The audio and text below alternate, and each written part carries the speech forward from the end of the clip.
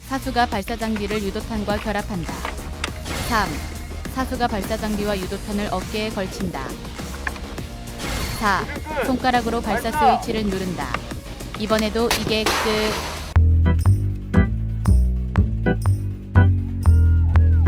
而应用型的瞄准装置使用了技术含量更高的火控系统，系统自动完成测距弹道诸元的计算，并将瞄准点显示在显示屏上，免去了射手估测距离、方向、提前量等一系列复杂的计算、操作和人为误差。射击时的反应速度和测瞄精度得到极大提高。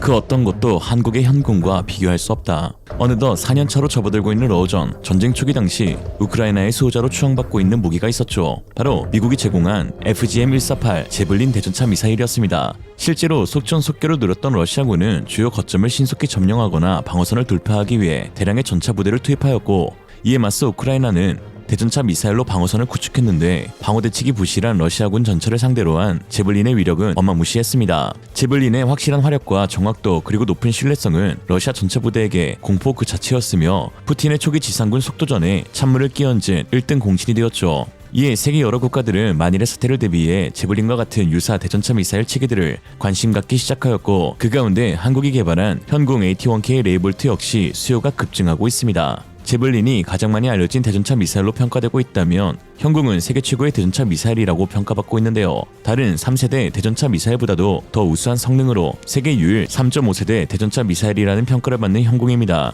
제블린과 가장 대표적인 차이로는 관통력, 가격, 조준 방식이라고 할 수 있는데요. 세계 최고의 무기백화점이라는 한국답게 국내 수요만으로도 규모의 경제를 구축한 현궁은 저렴한 대당 단가로 큰 인기를 끌고 있습니다. 제블린의 대당 가격이 3억 원으로 알려져 있는데 현궁의 대당 가격은 1억 원 수준인데요. 러시아의 구형 전차도 최소 50억을 호가하니 가성비로 이만한 무기를 찾기 힘들 지경이죠. 또한 현궁은 제블린보다도 높은 관통력을 지니고 있는데 80년대에서 2000년대 초반 배치된 대전차 무기들의 관통력이 탄두 직경 대비 7배, 7CD인 반면 현궁은 열처리와 단조 기법을 이용해 성구 탄두가 아닌 주 관통 탄구에 사용하는 구리라이너의 입자 조직 크기를 균일하게 30마이크로미터로 줄임으로써 더 가벼운 직경 110mm의 9CD의 관통력을 갖추어 900mm에 달하는 것으로 알려져 있습니다. 즉, 더 가벼우면서 더욱 강력한 것이죠. 특히 가장 큰 차이로 제블린 미사일은 냉각식 적외선 CCD를 사용하기에 한 번 발사 후 재발사하기까지 약 30초간의 냉각 시간이 필요합니다. 1분 1초가 긴박한 전장에서 발사 후 30초 이상 재조준을 해야 한다면 사수의 피격 확률이 대폭 높아질 수밖에 없겠죠. 그 사이 적 전차의 위치를 들키면 임무 완수는커녕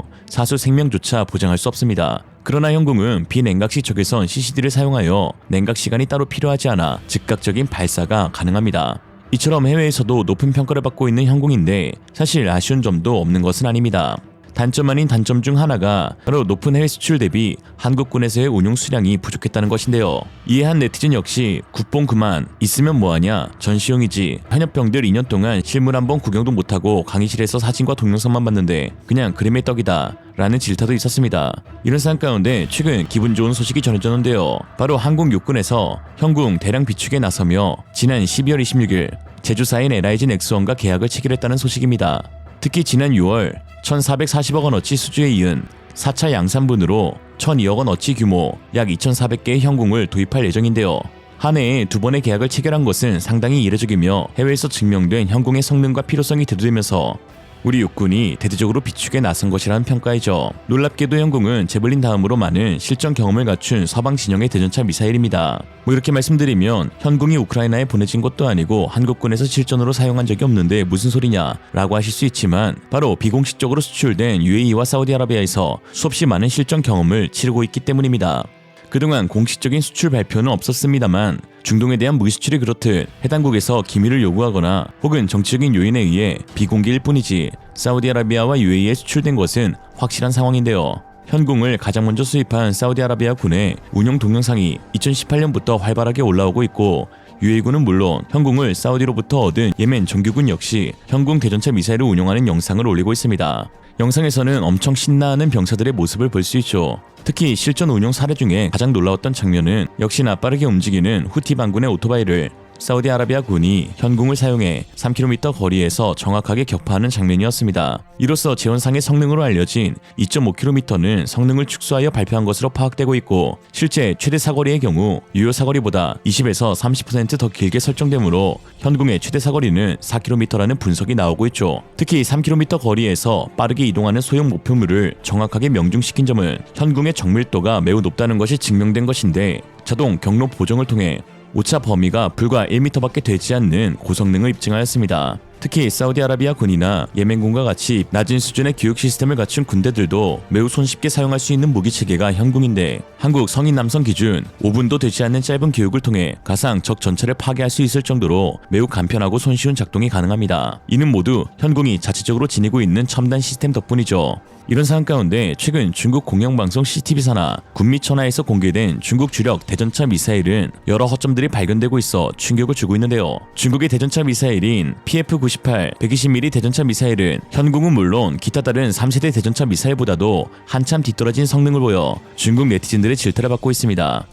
今天我们组织在120发展火箭基本上是进行训练，在训练之前提几点要求。 连长所说的120反坦克火箭，指的是 PF-98式120毫米反坦克火箭。这是一款我国自行设计研制的步兵反坦克武器，用于攻击坦克、装甲车辆、自行火炮，歼灭和压制暴露的有生力量及火器，摧毁敌野战坚硬工事及火力点等。 反坦克火箭分为营用和联用两种。日常的训练包括选择阵地、收撤武器、瞄准、实弹射击等等。反坦克火箭结构简单，主要由发射筒、脚架、瞄准装置及附件4大部分组成。120反坦克火箭通常由4人组成，组长平时参加训练，战时 指挥战斗，一射手负责操作瞄准装置，瞄准和发射弹药；二射手、三射手为弹药手，二射手负责收撤武器，看似是训练中最简单的一环，却是班长秦永涛带战士们练的最多的一项。4人小组每个人都有自己负责的部分，每个人的练习内容似乎是枯燥单一的重复动作。 每一步操作完成都要大声报告已完成。这些环节看似刻板，但事实上每一个动作都不是多余的。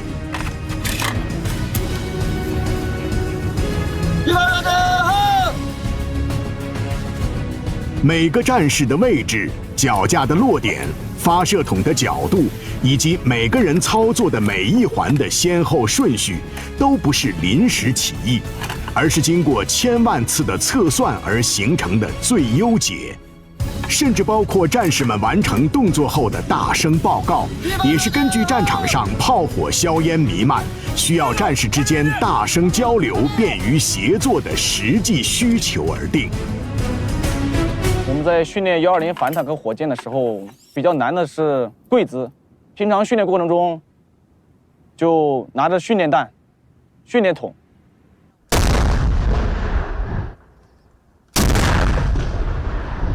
命中率是衡量一个武器装备稳定性和实用性的重要标准。PF-98式120毫米反坦克火箭的瞄准装置是联用型与营用型最明显的区别之处。联用120毫米反坦克火箭采用光学瞄准镜，由可变闪光电路盒、镜管和俯仰镜体等组成，主要用于昼间观察和瞄准。 镜内有和 PF-89式相类的测距曲线尺，测量目标距离，同时装订射击表尺，简单明了。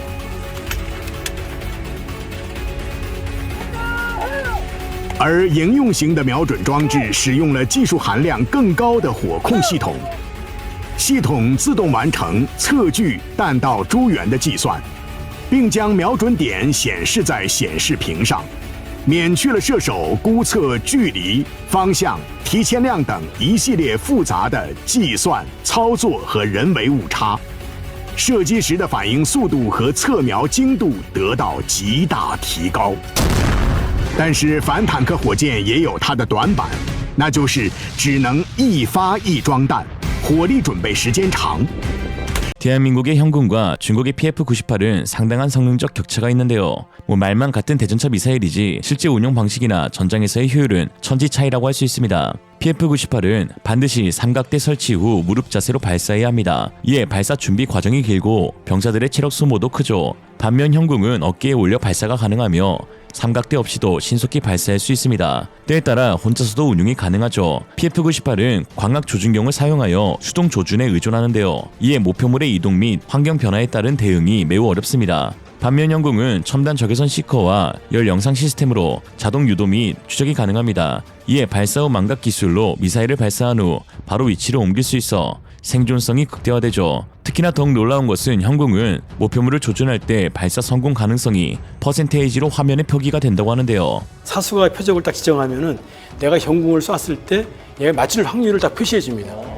사수가 쏘기 전에 내가 어느 정도 자신감을 갖고 이 정도 맞출 수 있겠다는 걸 어떤 여러 가지 알고리즘을 집어넣어가지고 개발한 그런 로직이 들어가 있어서 정말 놀랍습니다. 또한 PF-98은 발사 시 강한 후폭풍이 일어나 적에게 피탐될 가능성이 높아지고 밀폐된 공간에서는 사용이 어렵습니다. 그러나 현궁은 소프트 런치 기술을 접목하여 발사 시 반동이나 후폭풍이 거의 없을 정도로 미미하고 이에 밀폐된 공간에서도 안전하게 사용할 수 있으며 적에게 노출될 가능성도 현저히 줄어듭니다. 여기에 PF-98은 명중률이 외부적 환경 요인에 따라 크게 달라지는데 주간 작전밖에 수행이 불가능하며 야간에서는 사실상 사용이 불가능합니다. 반면 현궁은 시스템 자동화 및 열 영상 카메라로 인해 주야간이나 악천후에서도 높은 명중률을 유지하죠. 한마디로 차이가 너무 난다. 그러니까 차이나. 한편 지난해 11월 김지찬 LIG 넥스원 부회장이 자사 사옥 홍보관에서 현궁을 어깨에 메고 성능을 소개했는데요. 뭔가 언밸런스한 이 사진이 해외에서 밈이되어 화제가 되고 있습니다.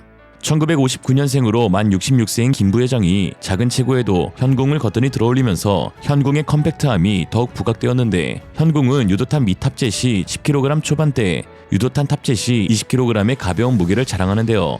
비장한 표정과 함께 뭔가 어울리지 않는 그림에 해외 네티즌들은 재밌다는 반응을 보이며 김 부회장을 한국의 아이언맨이라고 부르고 있습니다. 해외 네티즌들도 반한 김지찬 부회장을 보니 헤어나올 수 없는 매력이 아주 모자람 없네요. LIG 넥스원은 그동안 1%대의 낮은 영업이익률로 사실상 노마진 운용을 이어왔지만 그럼에도 불구하고 방위산업은 이익을 위한 것이 아닌 국가의 안보를 위한 것이다 라는 마음으로 계속하여 신무기 개발을 게을리하지 않아왔습니다. 그리고 2022년 우크라이나전 발발을 계기로 군사무기의 수요가 급증함에 따라 영업이익률이 8%대로 치솟으면서 올해는 3분기 신규 수주만 2,786억 원이 추가되며 전체 수주 잔고는 18조 3,904억 원으로 집계되는 사상 최고의 실적을 기록했습니다. 어려운 여건 속에서도 신무기 개발과 기술 혁신을 멈추지 않는 우리의 자랑스러운 방산기업들. 2024년 전세계 100대 방산업체 중 한국 기업 4곳이 안착하면서 전세계적으로도 인정받는 방위산업 강국으로 그 위상을 높이고 있습니다. 6.25 황폐화된 땅에서 오늘날 세계 10위의 경제 선진국을 이뤄왔듯 한국은 오늘도 피땀 흘려 노력하는 이들로 인해 어제보다 내일 더 강해지고 더 안전한 나라가 될 것입니다. 오늘의 한 줄 평. 한국은 위기를 기회로, 일본은 기회를 위기로, 중국은 위기를 세계로. 이생으로 리얼리즘이었습니다. 여러분의 생각은 어떠신가요? 현명하고 지혜로운 여러분의 의견을 지금 댓글에 남겨주세요. 감사합니다.